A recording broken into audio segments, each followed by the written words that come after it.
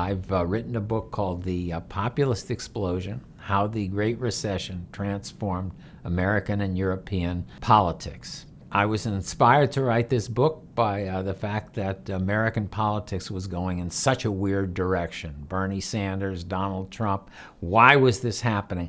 And then I looked overseas and you had very similar kinds of things happening in Spain, Greece, France, across Western Europe. There always have been something like populist movements, but you only see them really rising to the surface and becoming disruptive the way they are now and challenging for power at particular times when a common understanding of politics, the relationship between the state and the economy, is starting to break down. What we're seeing now is more a reaction to a market liberalism or a neoliberalism that comes out of the 1970s and the 1980s, and stresses ideas like corporations can move wherever in the world they want, globalization.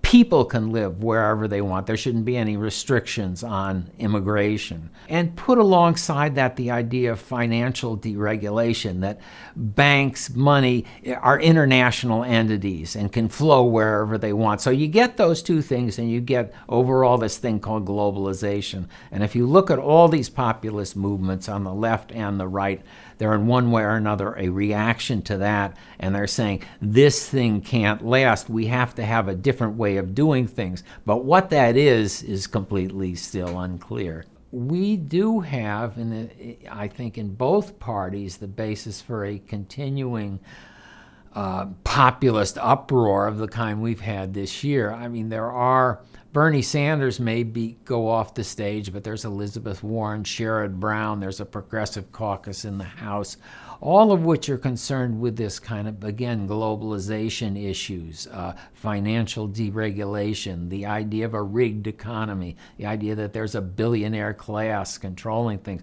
So even if you have a sort of center-left moderate president like Hillary Clinton, I expect there's going to be pressure from below on her.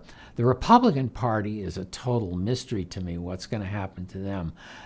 I think that if Trump gets trounced, in other words, if he loses big in the election, he'll be sort of cast aside the way Goldwater was after 1964, and the business classes within the Republican Party say, look what happened, listen to us the next time, have somebody like John Kasich, a moderate. If he does quite well and almost wins, you're going to have a lot of conflict within that party.